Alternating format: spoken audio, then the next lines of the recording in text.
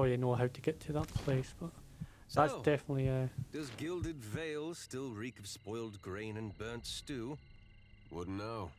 Decided to go places where I could be of more use. I didn't realize farmers were in such short supply in the Deerwood. Not farming. Thought I'd take a shot at running things. And those things are still running? easy enough.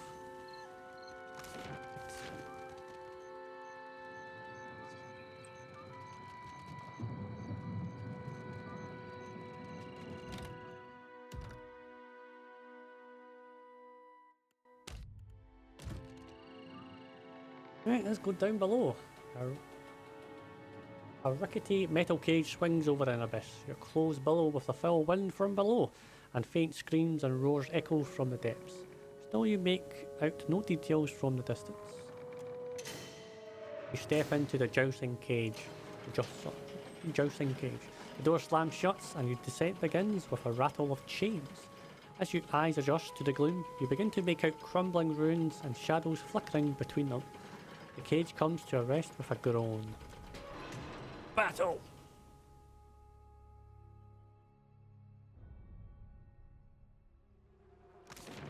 Old city.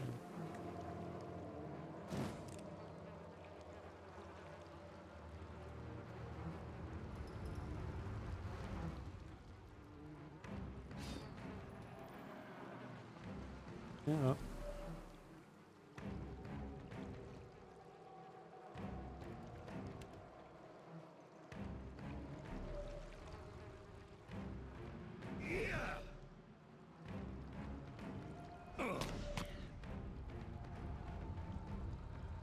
Okay.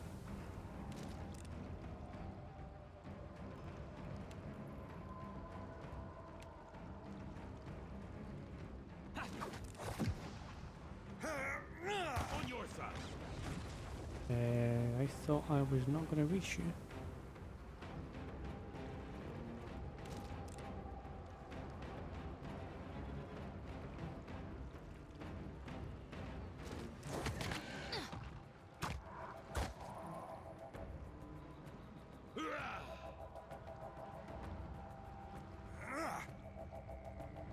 Nice, slow them down.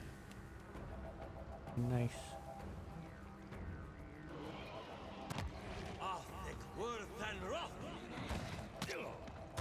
This is futile.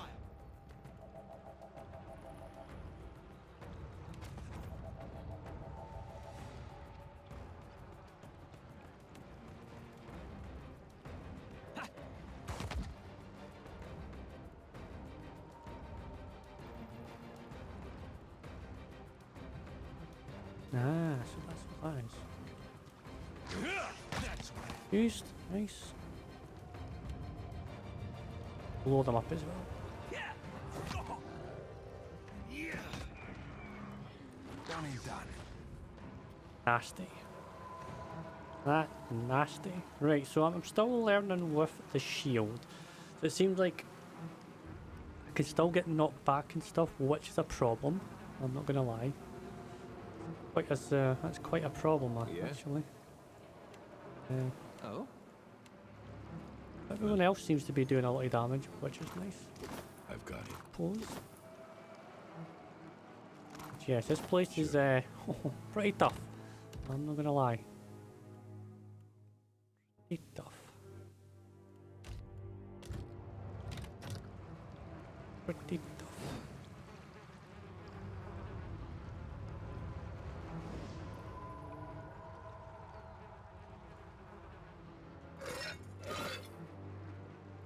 Ooh, that's that guy's body, I suppose.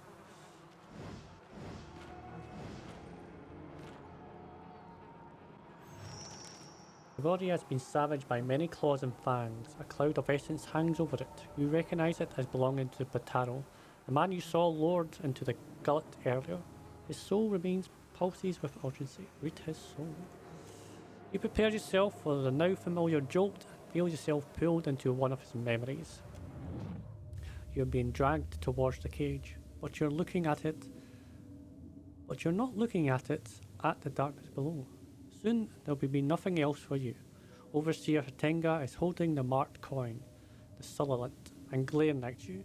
You already tried explaining yourself, but it's no use. He knows where you got it. He tucks it into his pocket.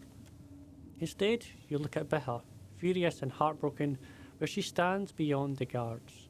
There's something you need to tell her, but she's so far, receding further by the second. Recall what you need to tell her. You are standing in front of a man. His dark, wizened face reminds you of old leather, while a delicate work of embroidery rests in his lap. He holds out a purse with long, fine fingers. Take it. It's heavy. It's probably more money than you earned in your entire life. You try not to let it show on your face. You know what to do. The crime lord nods at you. Ooh. Please remind me.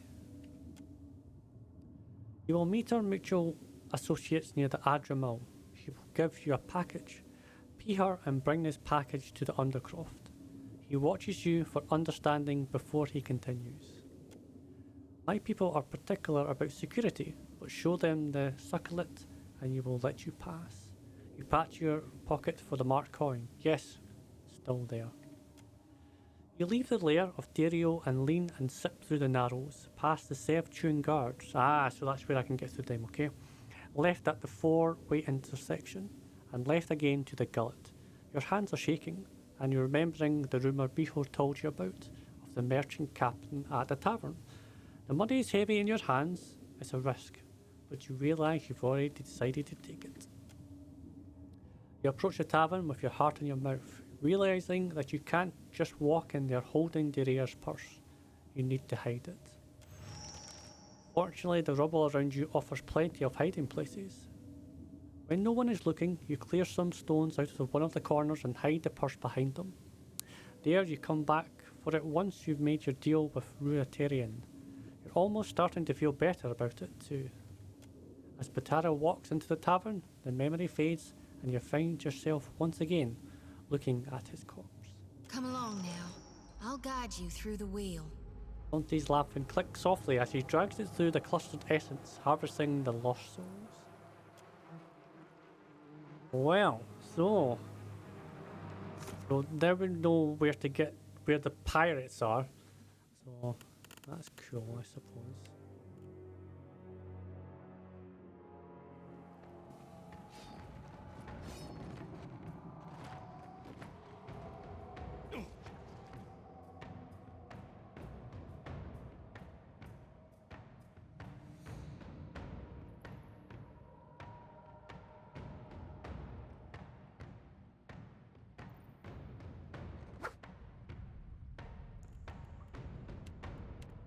Let's go!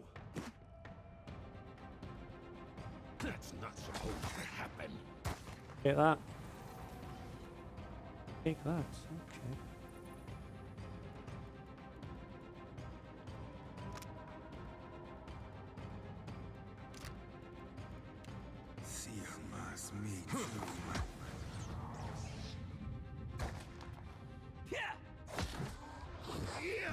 Right, they're not coming to get me just yet, so we might be in luck here.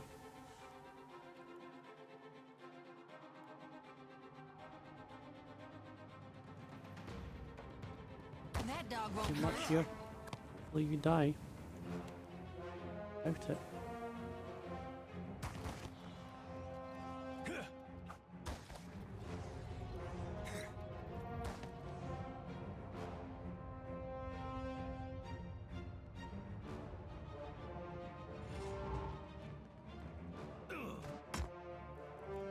Still alive?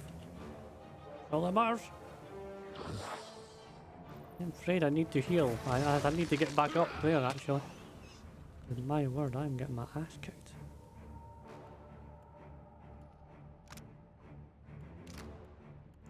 If you burn.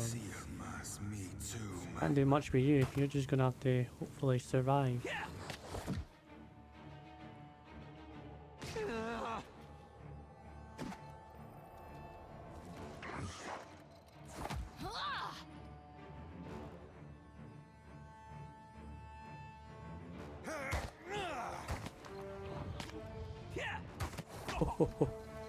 Well, like I say, I got lucky at the start. which I'm more than happy with.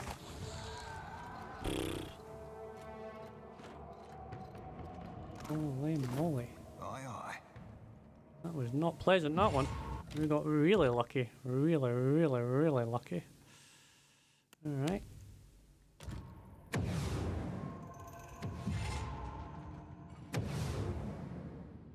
Lock difficulty 10.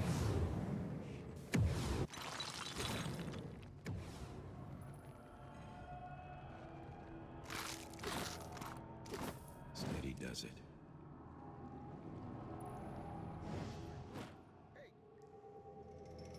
We've got a lock 10 down the gullet. Okay. If we know from here, for me, the Narrows, we can get to this other place.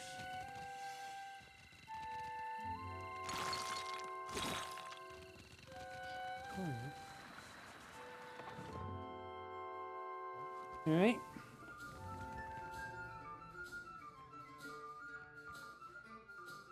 The Orron covered toe to ear tip and a stable fur lens against her bar, counting change. She gives you a wide, easy smile when she notices you approach, then slips the coin back into her pocket.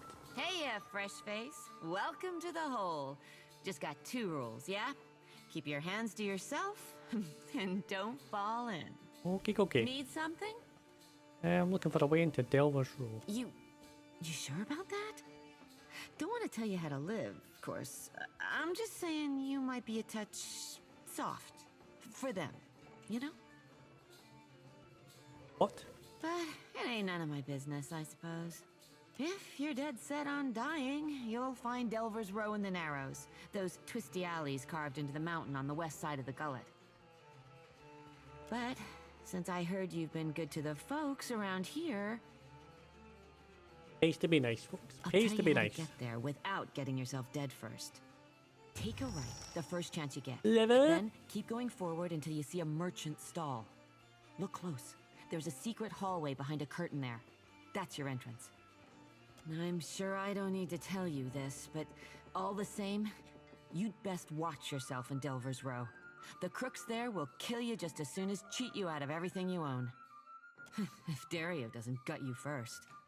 Dario. You stick around the gullet long enough, you might find out. The hole's been here so long as there's been a gullet. Though it ain't always been mine. What's the neighborhood without a place to get pissed drunk and lose your pants? I suppose so. So how'd you end up here? Well, it's a bit of a story. Please, I've See, got time. I rode a whale into port in the middle of a storm. The Juana took one look my way and knew there was no one who could run the hole but me.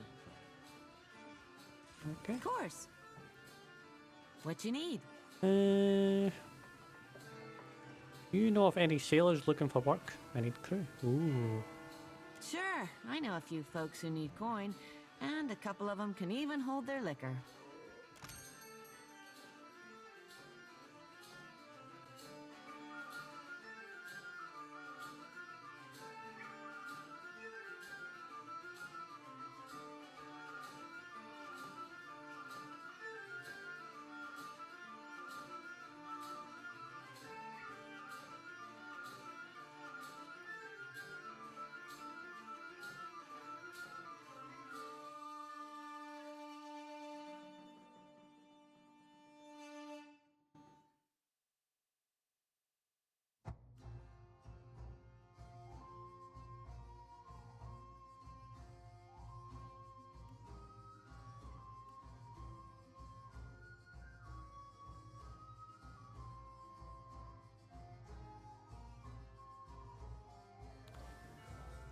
Hussa! This Rotarian sits ramrod straight. On the table near her are a half-empty liquor bottle and a small porcelain cup. Both smell of a nice. She looks like she's trying to blend in, but her unnatural stillness and her bright, spotless attire make her stand out like a reef fish against the rocks. Her eyes find you. Harami! Harami. I am here, Seduzo Nui. Do we expect any foreign merchants today? Dear, Seduzo keeps her eyes on you even as she speaks to the soldier. There is only a brief pause. We do not, Seduzo Nui. Captain shifts uncomfortably. Then state your business quickly. I want to avoid another surprise. Right. She glances around quickly as she expects someone to jump out of another corner of the tavern.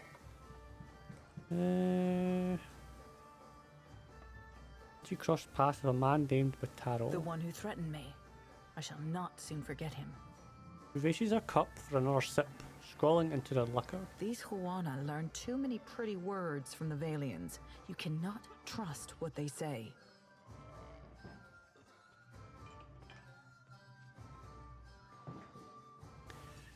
It's best when people say exactly what they mean. If only everyone did so. She raises her cup to you. But you asked about... what was his name? Bataro? Yep. This fellow wanted passage on my ship. As if I were the village ferryman. He tosses back the rest of her drink, a little too quickly. I told him there was none to be had. Certainly not at his price. She upends her empty cup. Seems reasonable. Then what? She refills her cup and sets the bottle down hard. He told me he had coin. Lots of it.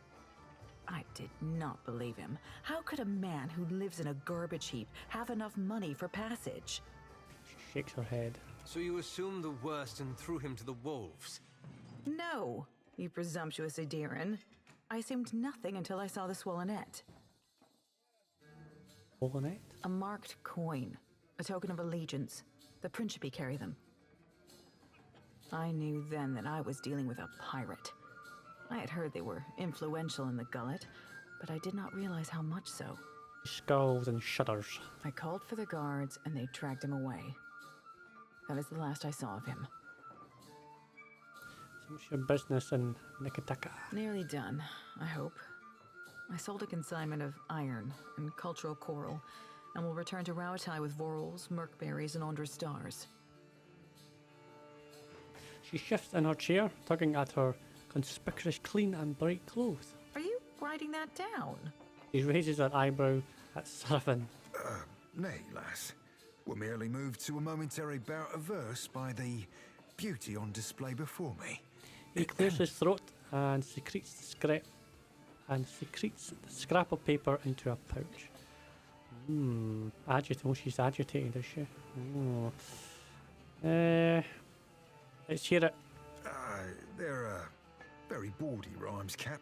Not meant for prim and proper mercantile types. He rubs the back of his head.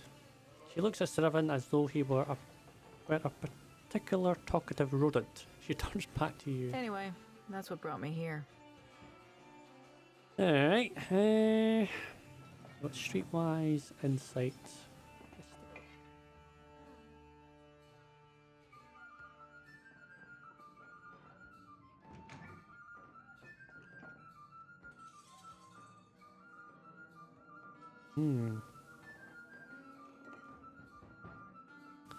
I'll go with insight. You seem nervous. Does the Royal Deadfire Company know you're trading?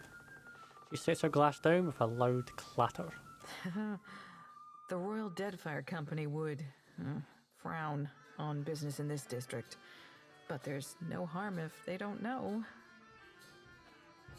I won't tell the Royal Deadfire Company about your dealings here if you take Bihar and the children. A bit bold. It's a bit bold.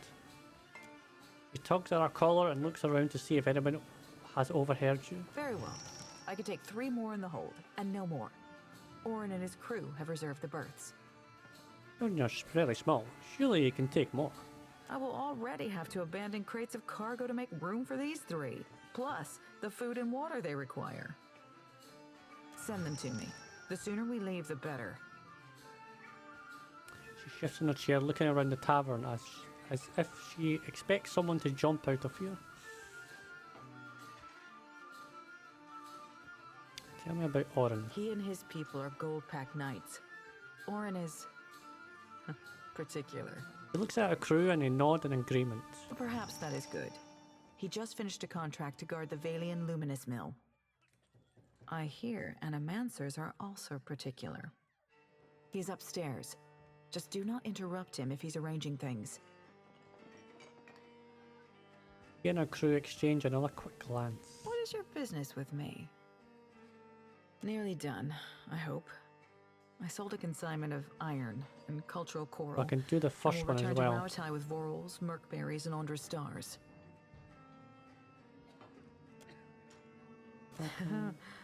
The Royal Deadfire Company. What is your business with me? Nearly done. Most do. Ooh, I don't. How can I not have insight? Surely I would have that. What is your business with me? I want to find enough room for Bertha and her And children. I told you there is none. The 3 I agreed to take will barely fit in the hold as it is.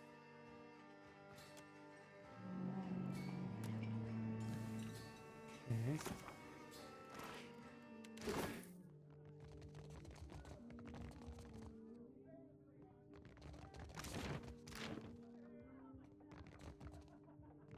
I've got it.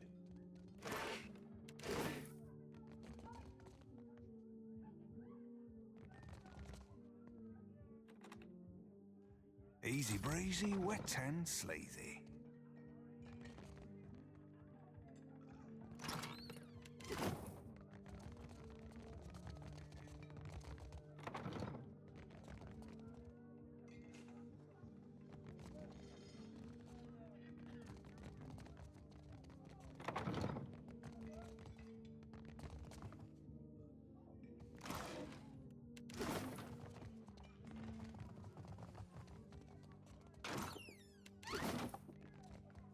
Orron again.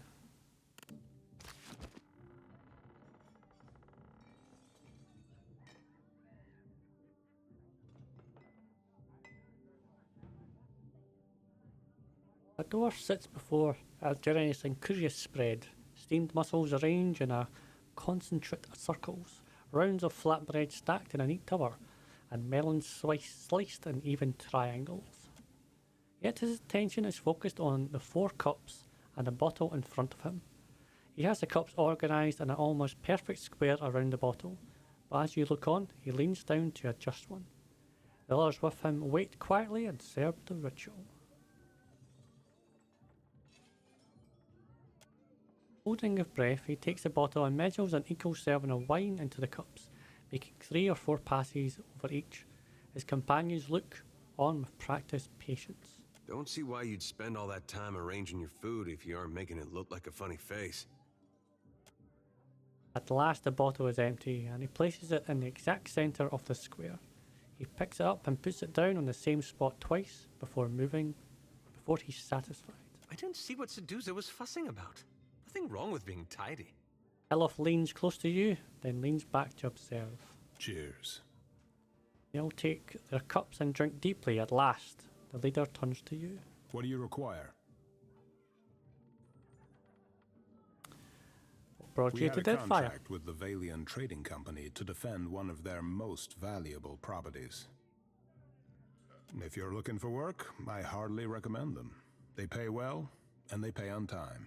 He raises his cup and his companions do likewise. Seraphine leans near you, grinning. Consistency in the shipping lanes. Good for types mercantile, but better for types piratical. Did you say something? Maybe. Just admiring your spread, my lad. Nothing better after a meal than a ripe pair of melons. You bought passage to Captain Seduzo's ship. Indeed. The good captain has 4 adequate berths, all equally sized, all facing the same direction. And she's promised to leave promptly. A most agreeable arrangement.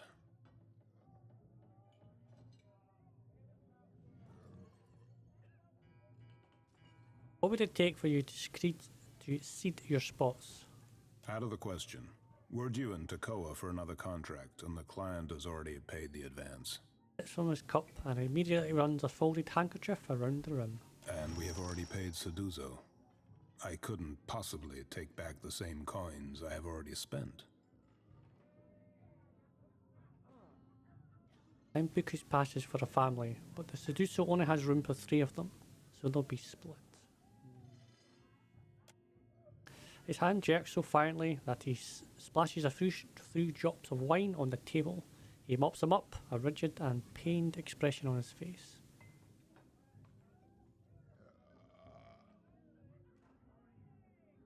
And you'll be stuck with half of them for the whole journey. Won't that be odd? That will not do. That will not do at all. He's still dabbing the spilled wine, but something brittle has crept into his frown. His companions shuffle nervously at last. Orron pushes back from the table and looks up at them. To Queen's Berth, quickly. We must find a more suitable ship. Oh, pack. Oh, wow. That helped, I guess. Maybe. I don't know.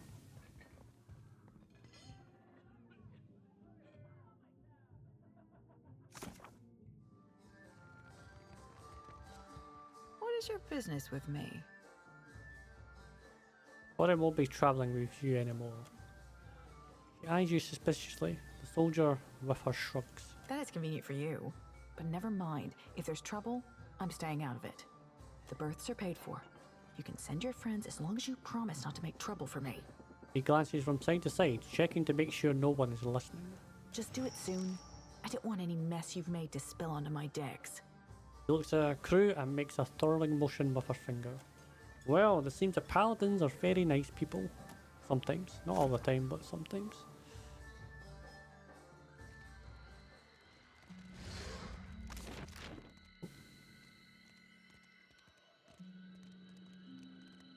A man saunters over to you with a jagged smile. He's got a long, crooked scar on his forehead, and he's rolled his sleeve up to flaunt it. You must be new. Lucky for you, we have a special rate for newcomers. A bag of coppers in exchange for your life. He brandishes a knife. One of his companions grins widely enough to show you all his missing teeth.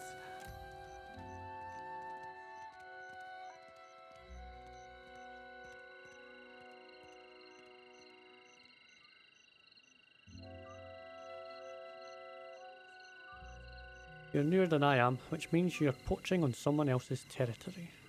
Told you. One of the others punches the leader's shoulders. The thug looks at one another and exchange a few panicked whispers. It seems we've made a mistake. Forgive and forget, no? He smiles, backing away. They hurry off and disappear back into the crowd. Alright.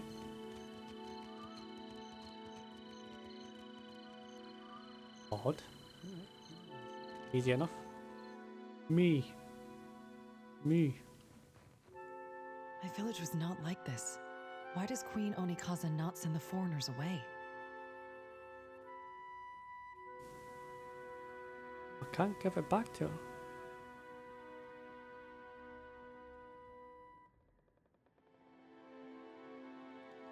You know, Taro was working for criminals. Of course not.